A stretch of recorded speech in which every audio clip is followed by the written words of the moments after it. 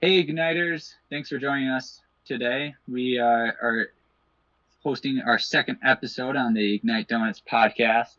Today, we will be discussing about COVID-19 and entrepreneurship. I'm Casey, I'm Chris. and we will begin this episode by talking about the personal impacts that it has on us. So, Chris, would you like to talk about how your living situation is and just how much of an impact COVID-19 is having on you personally? Right. I think COVID-19 has had a huge impact on all of us. The quality of this podcast has decreased a little bit because we have to be far apart and I don't have all the proper equipment. Long story short, people around me actually got sick, which I haven't gotten sick. I've been really blessed. I still feel great, but because people got sick around me, I had to be quarantined for like 2 weeks, which is not fun, but it's necessary to keep people safe, people who are high risk. So things have been really crazy and really different. I'm really lucky because the people around me who got sick aren't like life-threatening sick. To them, it was more like a flu. So Yeah. I'm really praying for all the people who have family members that are really really sick. But luckily, people around me have just had flu-like symptoms and have actually now completely recovered. So yeah, it's been crazy. I don't know how about you? How's it affected your daily life?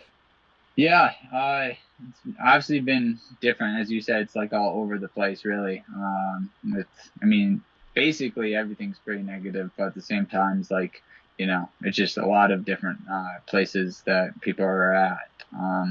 It hasn't really like impacted me tremendously, like as a being like a Debbie Downer, so to speak. Hmm. Um, I've actually it took like a week to get out of my negative mindset, but after I got out of that, I started getting into a routine and actually saw this as an opportunity instead of a challenge, which is hard to do in this That's time. tough, but important. Yeah, Important.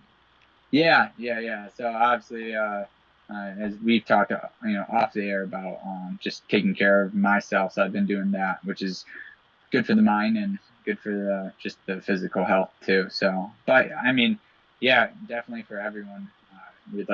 We are praying for all those families that are actually being impacted, medically, emotionally, and everywhere in between, because it's not an easy situation that we're in. So, um, but hopefully, like as things start to loosen up, in the near future or in the future, hopefully we can start taking lessons from our experiences here and using it for the good of humanity and society. Because there's a lot of important lessons I would say that we've learned. Right. I think good things will come out of here. I think we're going to take medical care and a lot of medical preparedness a lot more seriously now.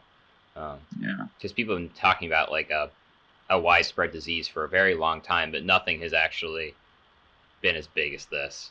And yeah, its effect on everything has been huge, especially the economy. I think that's a huge sticking point. I think today I heard on the news it's like 22 million Americans are on unemployment now. It's an incredible number, and it's kind of rippled through everything, and especially the restaurant industry. I think that one's yeah. been hurt the most because restaurants rely on people going out, and of course, Ignite Donuts, we're not exactly a restaurant, but we're in that food service industry, so um, it's had some pretty big effects on us. I mean, you can speak to some of the effects that it's had on Ignite Donuts. Yeah, since right now Ignite Donuts is in the stage of primarily just being a wholesaler at Central Michigan University, and with Central Michigan University taking a proactive stance and shutting down basically in-person contact with each other, we lost all of our sales, which has been a big hit. But that being said, uh, you know, we're still students and we're learning about this whole process because we're not the only business impacted by it. I mean, there's corporations that are Right. getting impacted by it. But Well, I'd like everyone's to say, impacted by it in some way. I yeah, mean, yeah. So I think Chris, I think you can attest to it. But we're thinking of different strategies. Maybe not selling right now, but to build the foundation. Because as a student venture, I feel like we're always building the foundation. We always are. We always right. have something to do in some way where we can improve, or at the very least, like look back and say, why did we do this? And if we did it wrong, how can we improve it, And so I think that's a principle that any entrepreneur or any business, regardless of your sizes, needs to look at, no matter the crisis. That don't challenge the status quo for the sake of challenging the status quo. Like I've been reading a book for one of my master's classes, and there's the old saying that everyone says, "Oh, we've always done it that way." That's a phrase that a lot of businesses and employees and within businesses say because they just don't want to adapt change. And change for change is not necessarily, what we're talking about. We're talking about the inefficiencies. We're living in the virtual internet world, and I think that with just how rapid and the platform's capabilities are, I think a lot can get changed and improved. And I'm seeing this on like the restaurant side. Yeah. So what do you think? We were talking about it. You were talking about it earlier. Like you're kind of changing this from a Debbie Downer kind of mood, a depressing thing, to an opportunity to improve and get better. See, at least I think what you're saying is maybe restaurants that are struggling, maybe this is an opportunity for them to do the same to a degree. I mean, obviously they're still suffering, but maybe there is some good thing to this. Maybe it allows them to work on their back end. And exactly. I think you hit it right on the point there, Chris. Because let's face it. So Mount Pleasant, to give you a general demographic of it, there's several businesses here, but there's essentially 2 streets that are full of restaurant e-commerce, or just restaurant commerce, and hardly any of those businesses are really tapping into the internet world. And I think that's a big strategy for businesses to take advantage of now. It's like a perfect time to get your name. Delivery, like online, anything, curbside pickup, that's become so huge. I'm interested to see if the way we experience food and experience restaurants and go to restaurants will be changed forever. Like if those high-tech internet things related to restaurants will be the norm and the industry will be pushed that way. It's hard to say. I don't know. Or maybe things will go back to normal. I'm not sure. Yeah. I don't know. I was talking to a friend though, Jake Kabinski. You know him. Yeah, I know. We all did running club together, and he works at Olive Garden right now, and he was saying that Olive Garden was extremely busy today, which is interesting because it's just takeout, and they're busy today is because an interesting concept is he said around 80% or so of his co-workers are filed under unemployment. So it goes back to that 22 million that's already filed, and I'm sure a lot more are going to file. So they reduced their staff heavily, basically? Yeah, and they went to a point where they didn't have enough staff. They went too far, right? Right. So Jake has been working there. But the reason why I bring Olive Garden up is because they're an established business. Mm-hmm. They're a big corporation, and they're making this work right now. And for whatever reason, people are choosing to buy Olive Garden delivery right now, which, I'm not saying that people... Why wouldn't you buy Olive Garden in the quarantine apocalypse, right? Yeah. So if you have somewhat of savings, I should say, I guess you can go splurge a little bit of money on some fancy food. I think it's funny. We obviously, you can tell we're college students because we're like, Olive Garden's splurging. Yeah, right. And I think most people are. Olive Garden is, better than Coney Island, but not much more so. So I think it's funny. For us, it'd definitely be splurging. But hey, especially if hours are cut or you lost your job or something, Olive Garden would be a big splurge. So that's interesting. They cut back too much. I know. Some places are experiencing huge growth, like grocery stores. I mean, they're huge. At least the Meijer here hired a ton more people and revenued like almost double what they made at Christmas. Like just insane numbers in their grocery store. And that's not exactly a restaurant, but it's Still food, yeah. interesting what is making money and what's not. You know, money's still moving around, just not in the way it was before. So Yeah, you're right. Yeah, I think that whenever things go back to quote unquote normal, I think there's going to be a demand from the consumer to earn trust. If that makes sense. So like, what do you mean by that? Yeah. So like right now, trust in the form that we see is how clean. Like, are you doing your due diligence as a restaurant to clean your hands and clean just the reusable or disposable products that people are using as restaurants. And so, I'm sorry, did you say something? No, I see what you're saying by trust is like we have to put a lot. People will be almost, I don't want to say more suspicious, but they might be a little bit more like careful of restaurants because they're worried about being sick. Maybe, I don't know. Yeah. And so I think that there's going to be a higher demand from the consumer to figure out what that trust is and to see if the consumer really does trust that product.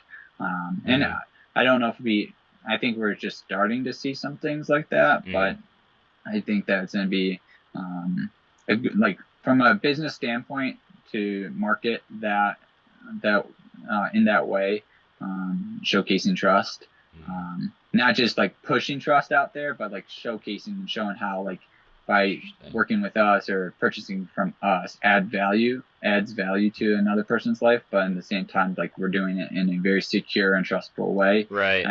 Secure and trust sounds like a bank, but at the same time, it's very, it's honestly, it's relatable into the COVID-19 right now. It's like, how can you trust a gas station if because people are scared to touch the pump now, like there's that comparison. So that's a big thing. Something that reminds me of is a parallel that I was thinking of is I don't know if you remember, I don't remember what year it was. It was a few years ago that Chipotle had all these problems with like these bacteria in their burritos and stuff, or in their raw ingredients. They had a huge supply chain problem. And it threatened to tank the entire brand, the entire chain. And they managed to rebound from that completely. And I think most people have a fairly positive view of Chipotle now, despite the fact only like a year ago they were on the brink of disaster because people were getting poisoned from their food. So hopefully companies, even gas stations, will be able to overcome these negative effects with good marketing, good branding, and actually doing good things, I think. I mean, Chipotle now, I went into a Chipotle, they have way more, like they have hand sanitizer stations, and you can tell they're more aware of the sanitary nature of the store than like something or like another Mexican restaurant because of their experience. So it'll be interesting to see if restaurants have a lot more hand sanitizer stations. And I don't know, because there's been some pretty nasty restaurants out there I think we've all been to. And will they, if they are not bankrupt by the time this is over, which I hope not, but if they're still around, I wonder if they're going to clean up because people won't accept nasty conditions anymore. I don't know. That's no, you're totally right, I think, on that, because I mean, we all know those restaurants, especially if someone's worked for a restaurant. We all know those restaurants that haven't been, so to speak, working for a restaurant ruins it. Like, that's the best way to like. Yeah. And like you and I, we're serve safe managers. We know the policy. We know the sanitation requirements involved in that. And I think, there, in a way, it kind of got like inflated. It's like, well, I mean, we do the best that we can on a day-to-day basis with how much threshold that we can manage all at once. But at the same time, it's like, now it's putting in perspective is like, if you don't do it, you're going to be out of business. And like, if you don't take those actual regular measures that ServSafe requires us to do, if we took those measures to begin with, we would probably have less cases. I mean, I don't know. I don't know for sure if there's been like cases from takeout delivery services or Perhaps just minimal, but yeah, the point but still still. stands. Yeah, the principle. Yeah, principle stands there. So, but yeah, it would definitely be interesting as we move forward. And I think a lot of restaurants will be moving online, as I said earlier. Which ones are going to do that? I mean, in that same conversation, you have an older owner who's owned a business for, let's say, 40 or 50 years, and they don't want to adapt themselves. Do they find some young entrepreneurs to take over their business or something? There's a lot of possibilities and opportunities from this, and I mean, it's evolution, but it's like, well, I think the big thing about this is a great time for entrepreneurs. And I guess that segues into our next thing is how does this impact entrepreneurship as a whole?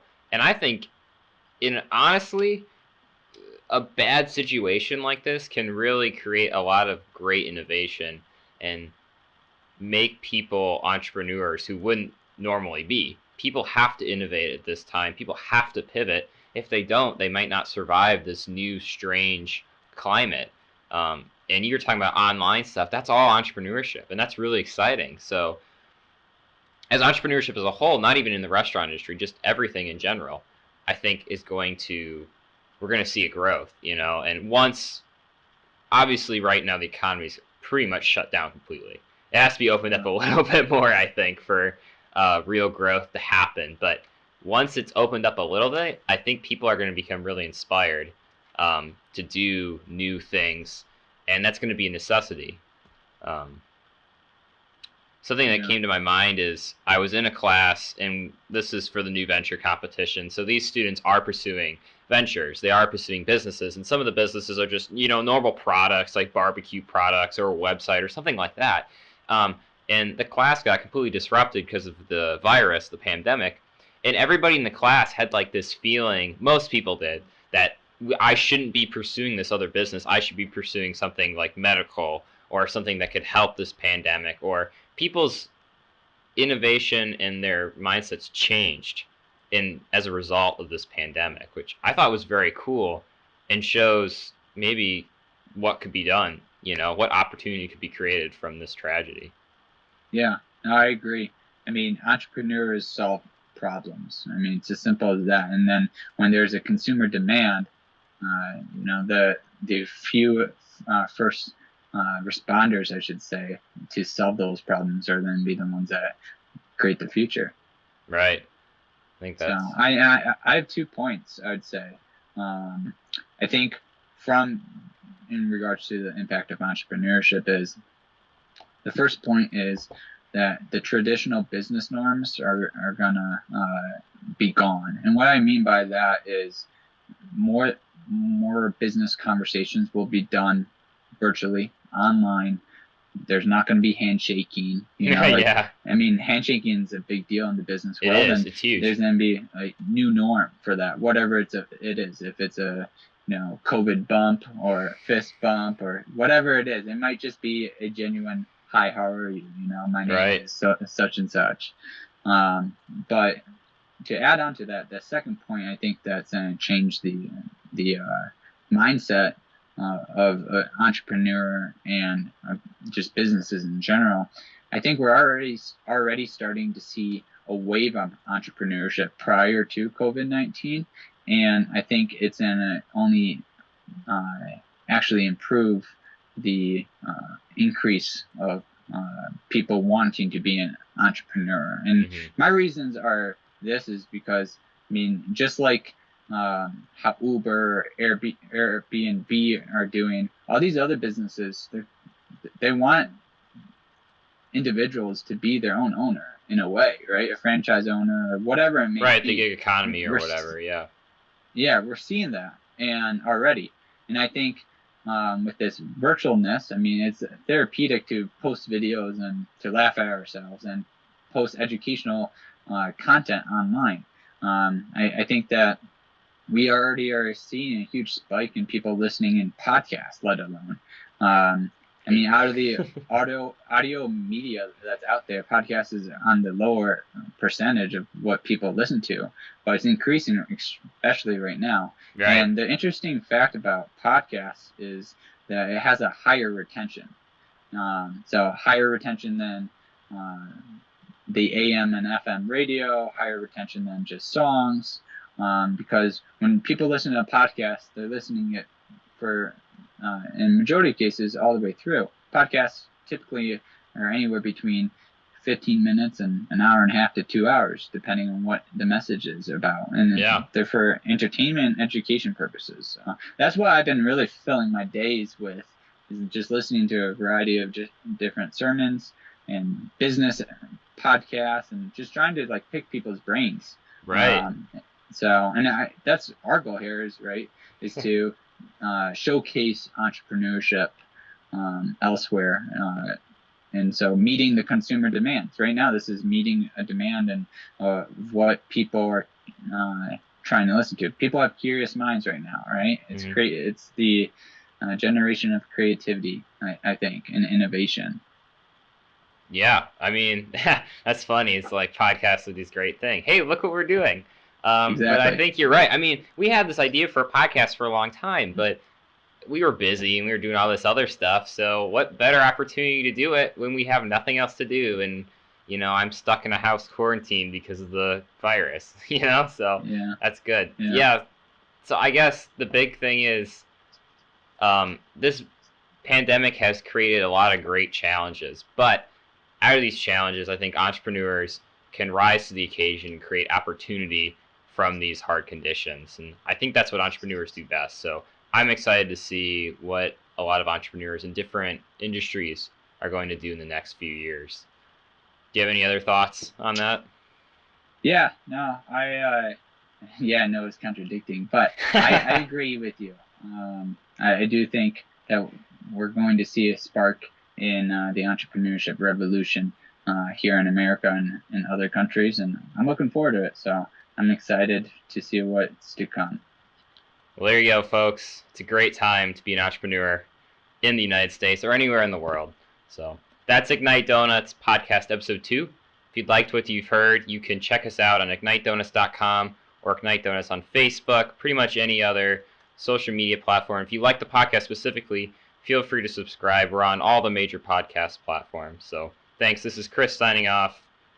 This is Casey. Have a good night.